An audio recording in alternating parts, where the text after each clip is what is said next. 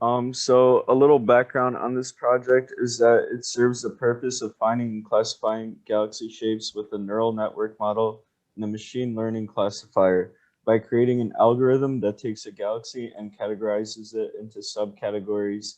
It compares it to the training data to see if it was successful, and this will also output a prediction accuracy. And the research question we aim to answer is which model is better suited for classifying galaxies? So a little bit on galaxy classes is that there were five different shapes that we took a look at, which are edge-on, round, in between, face, and cigar shape. Edwin Hubble, who's famous for the Hubble telescope, he discovered that just about any galaxy in the universe will have one of four different shapes: spiral, elliptical, lenticular, and irregular.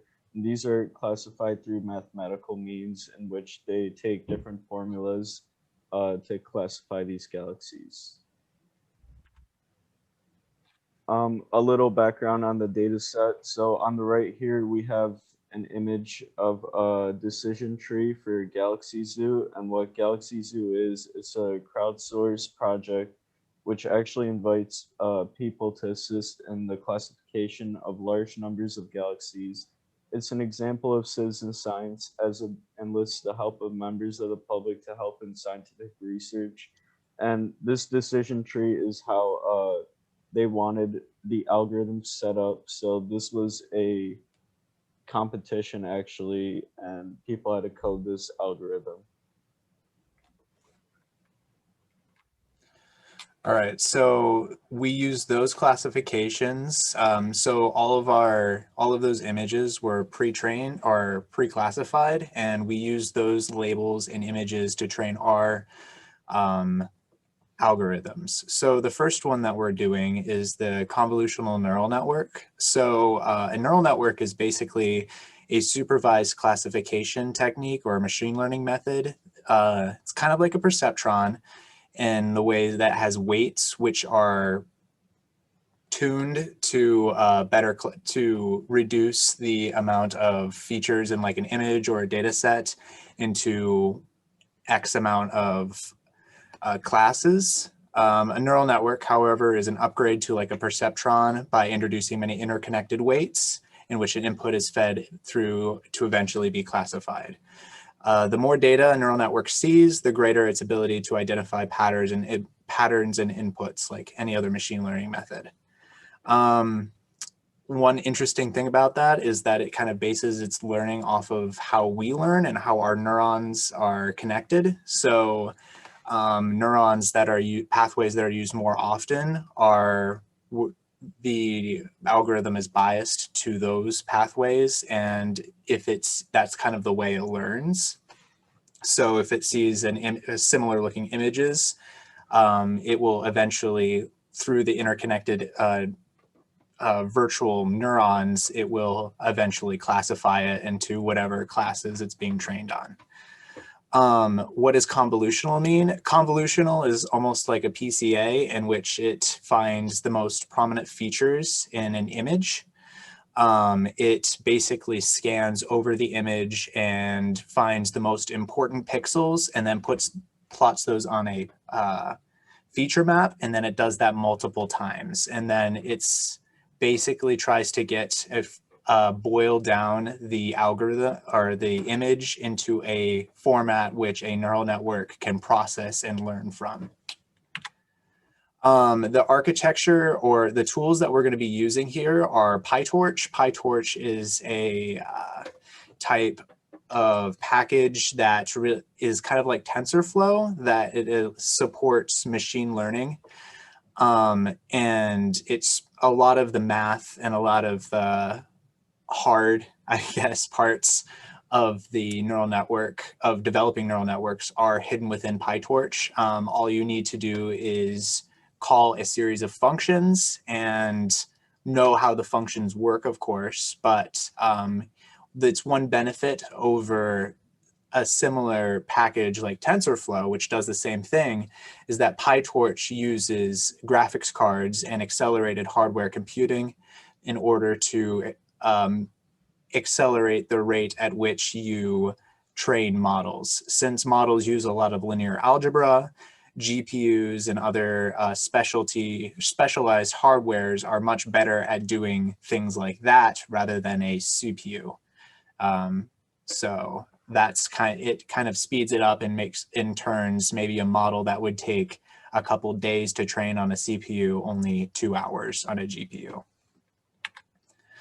A little overview of the CNN architecture is that it takes a two-dimensional image right here, and it breaks it down into its red, green, and blue values, and then it then does a feature selection and expands the dimensionality, but reduces the image size.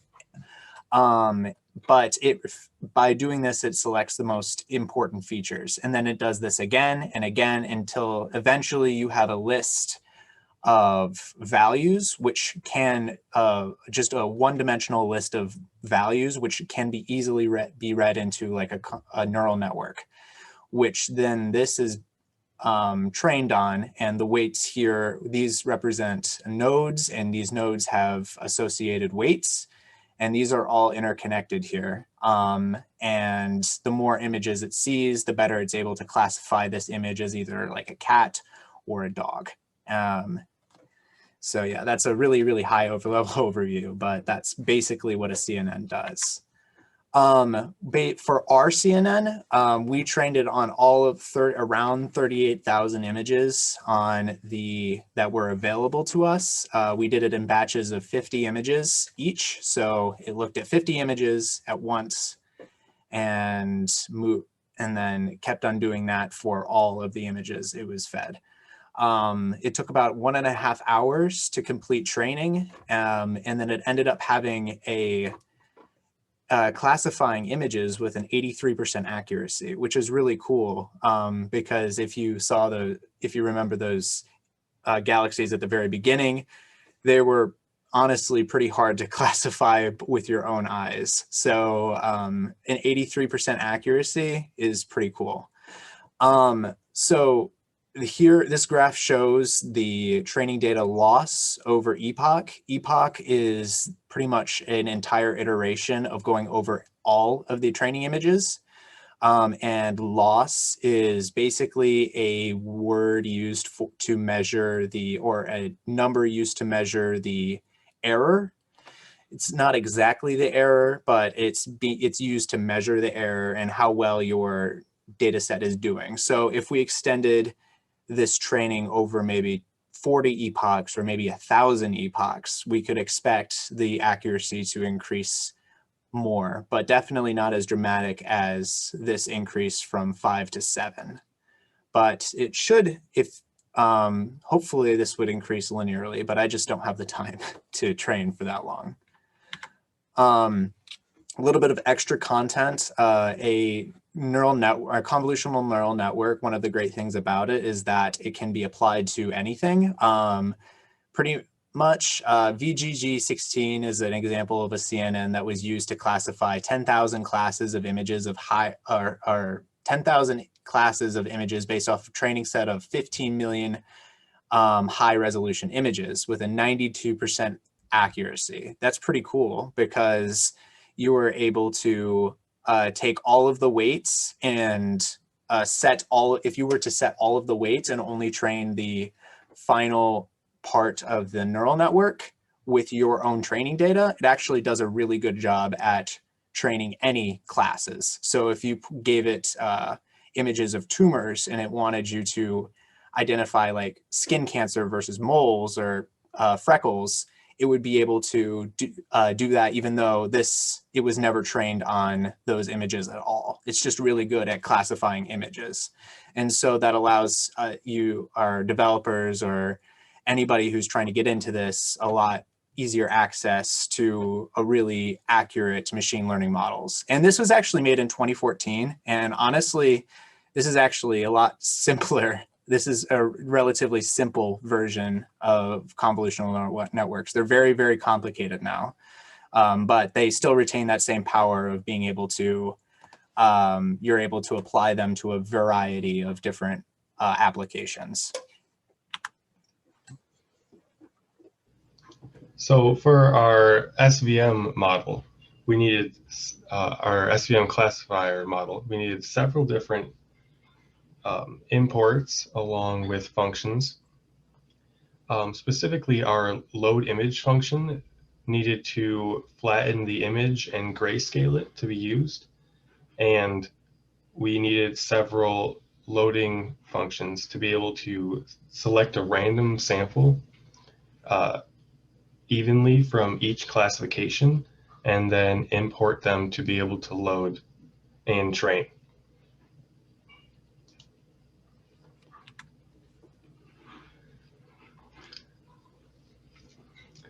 So to run these, both the SVM and the PCA versions, we needed to reshape our data because it comes in flattened, a three-dimensional shape, but I was able to change that and then get it into our test train split groups. Following that, we just did a simple grid search to find the best classifiers to fit the training set. And then I created a PCA fit and also ran those through the grid searches. So the SVM results on their own were highly inaccurate, only hitting about 11%. For my computer, it took an extensive amount of time to load these results, and I had to significantly decrease our data set to much lower than even what I was originally going to do. 2,500 had to be decreased. So that could be a significant error to those results. The PCA results, on the other hand, are quite a bit better, but still not up to par with our CNN classifying results. Using a small number of eigenvectors that only captured 27% of the total variance of all the images was 22% accuracy, double what just the SVM was on itself. Now, granted, this did have quite a few more images to be able to train through. And our max, I was able to get with 80 eigenvectors, 71% total variance. I was able to hit 26% accuracy, but each time I ran through it to check, it fluctuated quite a bit. And as you can see, the image I've got, it's at 24% accuracy. Now the 250 eigenvectors, to achieve that 91% total variance, I was able to get a fairly stable 25% accuracy, and I think that was the best our PCA model could run. In conclusion, the support vector machines have a limited use. They're computationally faster while using the PCA method than the CNN. It's a fairly basic machine learning system, and both the SVM and PCA was not very effective at classifying our galaxy images. As opposed to the convolutional neural network, even simple CNNs can be really powerful because for image classifications, it's computationally costly to run. It takes a lot of electricity to run the graphics card for hours. Sometimes some of these systems have multiple graphics cards that run for months. And so it costs a lot of time and a lot of electricity to come up with these results, but they represent the cutting edge of deep learning and machine vision. But our CNN was actually pretty effective at classifying galaxy images. It's probably because CNNs are designed to classify images. PCA and SVM are more general. So there's a little bit, it's kind of a fundamental difference. Although, yeah, you couldn't apply a CNN to just like an iris data set though. Some limitations of the analysis and what could be improved. We could use higher resolution images that have clearer labels. Some things, so when you look up a picture of a galaxy, maybe it's obvious that's a spiral galaxy, it's obvious that's an elliptical galaxy. with the images that we were given. It wasn't very obvious at all. So if the difference was better, then maybe we could have had more success. We can use them for the CNN. We'd have more complicated feature selections, so we'd have more hidden layers in our neural network, and we would have a more robust way of feature selection in the convolutional part.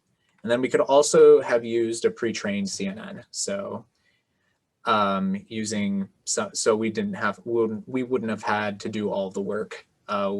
We could have just trained that last level and gotten probably a similar or even better accuracy than what we got by training our whole simple CNN. Also, the SVM could be greatly improved just with more trained data because I was unable to train that much data. Great. And these are our references. Thanks, guys.